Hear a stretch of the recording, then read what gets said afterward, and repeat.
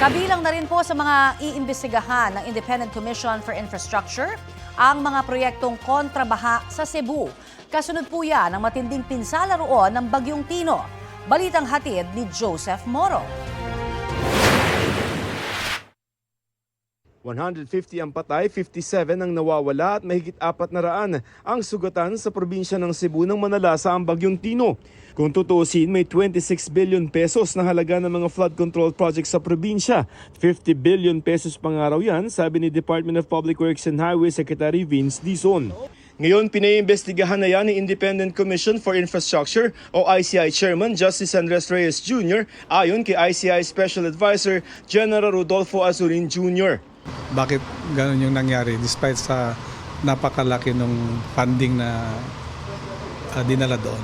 We are now getting yung mga bid documents through the help of the CIDG and the NBI kasi meron silang subpoena power. Ibabangga namin yan doon sa actual na implementation ng mga projects. Sabi naman ni Dizon, may kabukod pang report ng DPWH sa Cebu na isisumitin nila sa ICI. Alam naman natin may master plan, hindi ba? Na pinakita yung Pangulo natin nung nag-briefing kami sa mga officials ng Cebu. 2017 yung master plan na yun.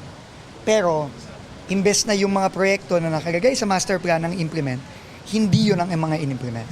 We're already looking at the project components of the master plan and what were implemented and what were not implemented. Ang investigasyon sa Cebu na ginagawa ng Independent Commission for Infrastructure o ICI, bahagi ng mas malawak na investigasyon na ginagawa nito sa lampas 400 na mga suspected ghost flood control projects sa buong bansa. Nagpatawag ng high-level meeting ang ICI sa Camp Crame kasamang Armed Forces of the Philippines, Philippine National Police, Ombudsman, DOJ, DPWH at iba pang ahensya.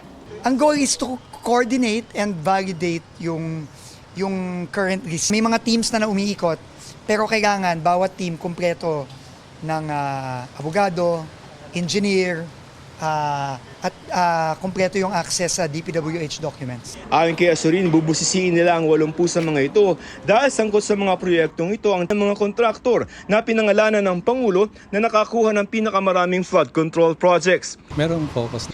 Joseph Moro nagbabalita para sa GMA Integrated News.